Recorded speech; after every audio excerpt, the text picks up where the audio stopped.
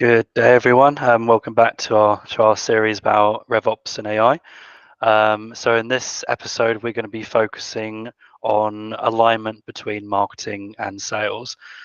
So in this video, we'll be talking about giving you a few different tips about different techniques that you can do within HubSpot and the theory behind it for making sure that marketing and sales teams are aligned with each other, they're working towards the same goals, they understand each other's needs, and therefore they're able to make sure that their efforts are concentrated on a single voice towards the outcomes that you need for your RevOps goals. So I'm James, I'm one of the co-founders of HubStart, and I'll be focusing on some of the practicals of that. And I'm here with my co-founder Scott as well. Good day, good day. So let's kind of jump into this to get started.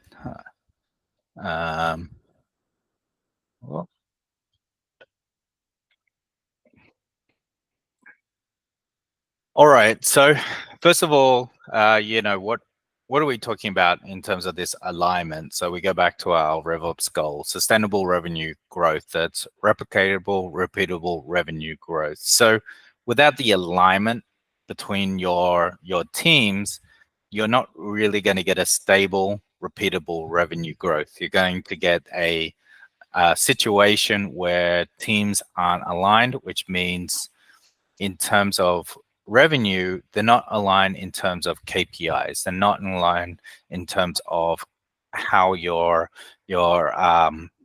sales funnel should be working. So when we look at this, we're generally looking at our business model, which is what are we selling? What are the customer problems? What are the KPIs? So this is very important to make sure that everybody in your teams, your sales and marketing teams, maybe they're aligned on what they need to do, but they also need to be aligned on what the business models are. In terms of our GTM strategy, we need to look at the motions, how that customer is going to go through to get to eventually buy your service or product, and the tactics. So how the tactics are in terms of the addressable market, your ideal customer profile, and all this kind of information. Because having one tactic for marketing and one tactic for sales and one tactic for customer support or customer success means that you're going to lose the alignment. It means it's not going to be consistent journey from the start to the end. And the next one is to align your growth model and your data model. So this is looking into the KPIs. If each individual team, each different silo has their own kind of KPIs, we're going to have an issue in the sense that people are self-motivated around those KPIs. If marketing has a KPIs of leads without considering close rates, then we're going to have an issue in the sense of they're going to be looking at the quickest wins to achieve their KPIs. And the same goes with sales. So sales is looking at conversion rates, then maybe their motivation is only to go after the best qualified leads and not necessarily work other kind of qualified leads. So having that understanding is very important. So we need to make sure that RevOps, and part of RevOps is making sure that from a data point of view, that all teams are all focused on the KPIs which are set by the company, which is set by the RevOps. So there needs to be someone steering the ship.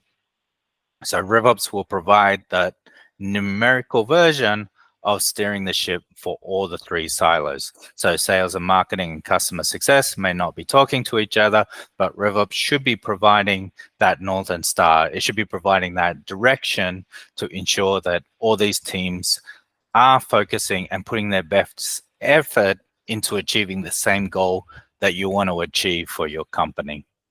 So looking at that, this is why measuring these conversions are very important when you're aligning your teams. So you need to see what the conversion rates are, the changes in time, and the volume metrics are through your whole pipeline.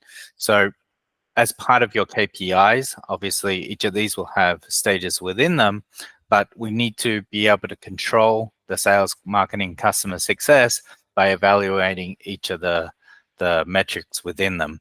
But the metrics, for example, sales may be more concerned about the CR1 to CR3, marketing, but CR4, CR5 may be where your salespeople are aligned.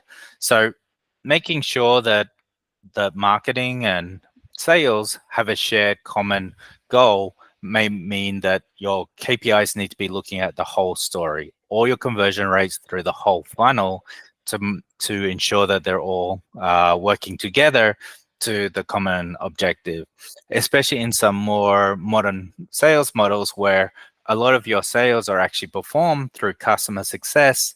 Then telling a consistent story, getting the right kind of customers, and making sure that that flow of information is consistent is actually more important all the way at the end of the life cycle or the sales funnel than it is at the beginning of the sales funnel. So having that align needs to be, what alignment means is aligning it with the KPIs, with the metrics, and specifically what your company wants to achieve. So if it's that revenue, maybe revenue is revenue over time. So you can do changes that make an impact right now, which only may have a short-term impact.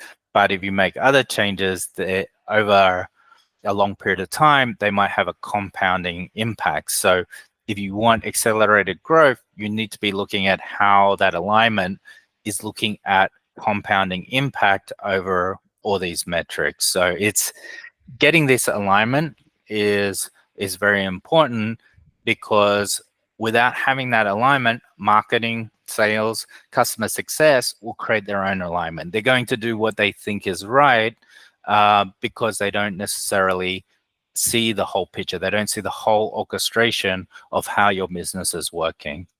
So the goal is to get to that point, create these measurements. So these measurements, as a company, the company can set the direction, and then this direction is reflected back into all your core 3 teams. So I'm going to hand it over to James to show you how to do that within HubSpot and how to kind of get that set up. Awesome. Thank you, Scott. Let me just switch over to my screen now.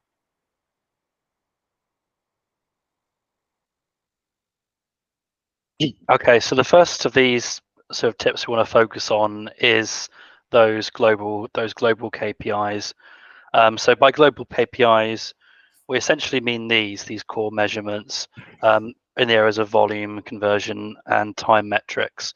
So all of these 3 different areas can be tracked within HubSpot through HubSpot's reporting.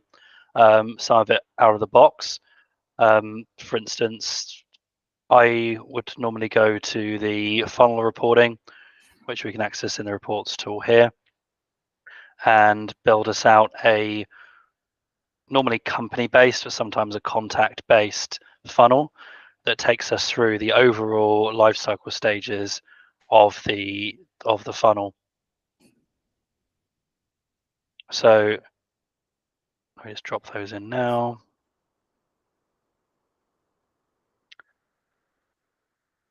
So this is useful in the sense that it can give you the total numbers of people, the total volume entering the top of the funnel, and the total volume that's then cascading down the funnel, as well as showing the cumulative conversion between the two. And then you could also, using the custom report builder, create some reports that show the time between the different lifestyle stages, the different stages of that journey, so that you can sort of measure where parts of the process are slow and where there's opportunities for improving efficiency in that area. So those metrics, they're covering basically all the teams at this point, from marketing to sales and success. They all have their part to play within this funnel. So being able to look at one report across the entire organization will allow you to sort of look at those, and for every team to think about those same overall global goals of the organization and the part that they play within those. So next it would be sort of looking at SLAs for your HubSpot teams. By that, I don't mean like SLAs for like customer support tickets and things like that. Those are important, but we're talking about SLAs internally. So SLAs between different teams, such as between marketing and sales. So for example, for marketing, you would have an SLA of the ratio of qualified leads they're sending through, and also the number of leads that they're sending through. And then for sales, you may have or you would want to have a metric for the time that people are responding to those leads when they come through from marketing.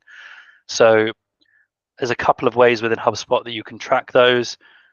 For the marketing metrics, what I would say you should do is to be tracking like qualified and disqualified leads from the sales team, but not necessarily giving the sales team the freedom to just mark something as qualified or disqualified and just letting it go. Like there should be some controls in there so that you can make sure that they are disqualifying people and qualifying people based on actual quantifiable data, in the same way that in marketing the leads are scored based on quantifiable data. So you could start by setting up like a qualification status, which should be like just a simple drop down.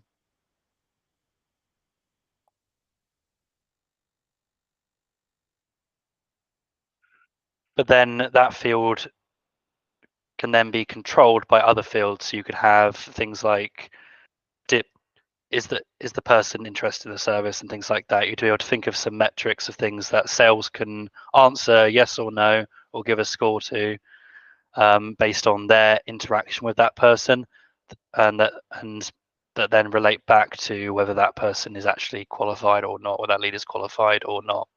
And then that can set the status as qualified or disqualified, which you can then report on later with something as simple as a pie chart even, or over time. And then on the sales side, you can put in some date stamps, for instance, to show when a lead is being passed over, but also when that lead is being picked up by sales. So the life cycle stage is automatically date stamped, so you don't need to worry about that. But you could then have a field for first contact made, for instance, which would be like a simple date picker, or even if you want to be really specific, a date and time picker. And then you could lock that field down and have a workflow in the background that says when the first activity is recorded against that contact, that lead, then you would set that property automatically.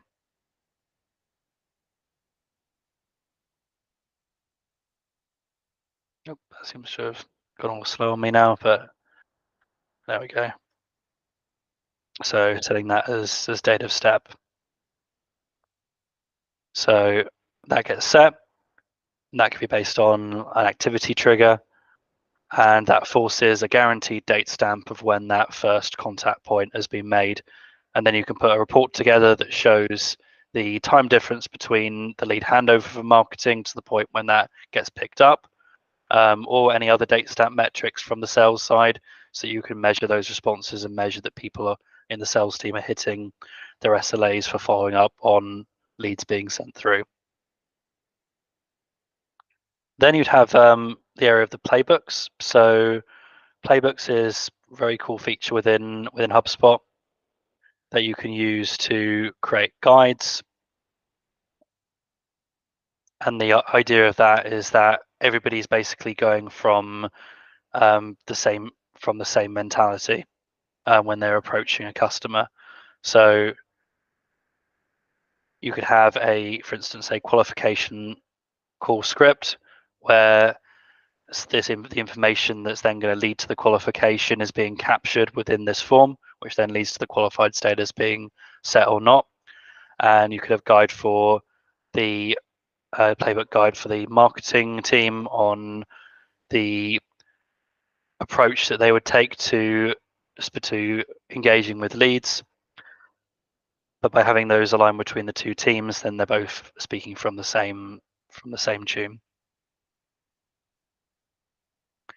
So then we'd have setting up your measures for MQL and SQL. So this would be sort of the parameters that you're taking into account when you're scoring people as an MQL and SQL. So in the case of an MQL, that could be the lead scoring. So you could set up a scoring property within HubSpot.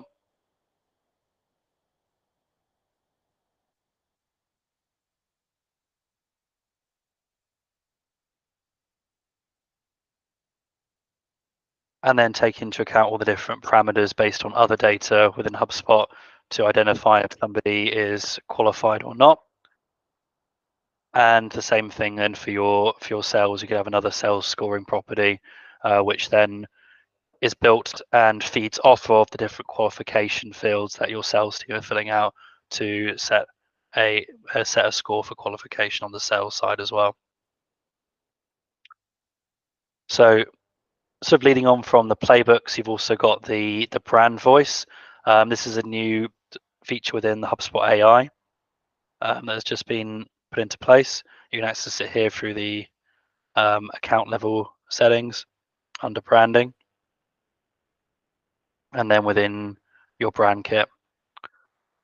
So if I just delete the sample I was doing earlier. So with this, you basically would submit some content that's in the style of your organization, the way that you write your content, the way that you speak to your audience, as well as talking about the kind of audience that you're targeting. And based on that, HubSpot is going to build a brand voice that is based around the kind of way that you present yourselves and the way that you want to present yourselves and the way you want to speak to your end customers. This is then used within the content remixing and within the content generation areas of HubSpot for creating both marketing and sales content. So if you're using those features to build website pages or marketing emails on the marketing side, or custom email templates using sequences on the sales side, you know that the AI is generating that content off of a singular brand voice, and therefore any content that marketing and sales are creating is coming in from that same angle and from that same voice.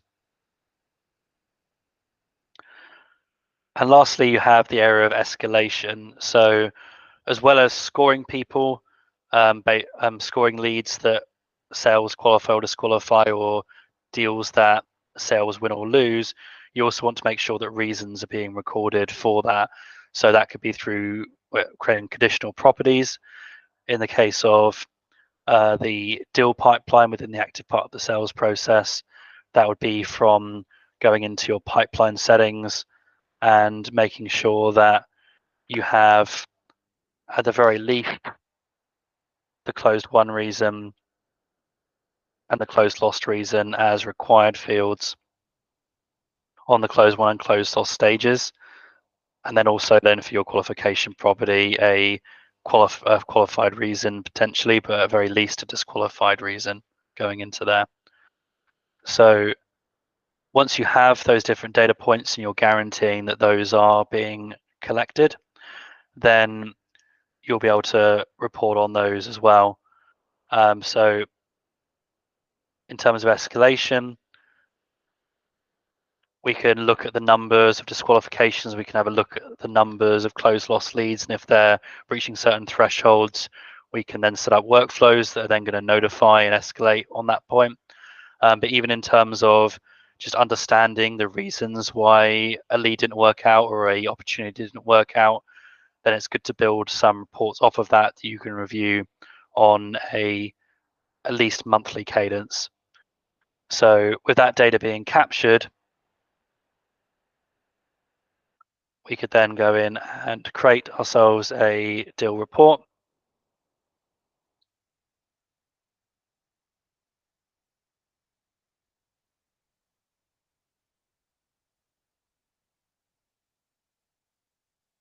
of all the closed lost deals for a period.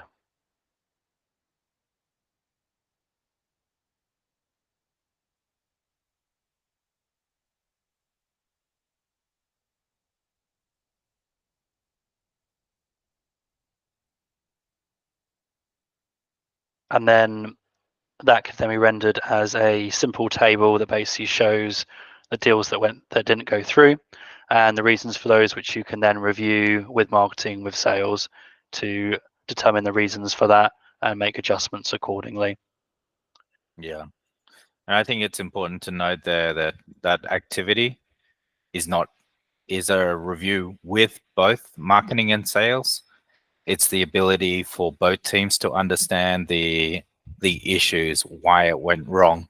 So this is part of the alignment, because marketing and sales will obviously have different objectives, but trying to align them, you need to align them on that escalation and review process, and also on their KPIs. So when James was showing those report screens, marketing should have sales KPIs as part of their KPIs, should have end of funnel KPIs as well, to make sure that their energy is focused not necessarily on quantity, but also on what the company considers quality or what sales can close on, and vice versa. So if sales are, what James illustrated quite well was, if we understand what the MQL, SQLs are and scored, then obviously being able to measure those things will mean that we have a non-human aspect. We have a company-aligned lifecycle stages, not a personal perspective. This lead's easy to close, so I'm going to take this lead and unqualify it, which is a habit if your salespeople are only aligned to conversion rates or aligned to a metric which will allow them to cheat the system. So making sure that marketing and sales do have shared KPIs, and making sure that failures in the sales is a shared failure between marketing and sales as well.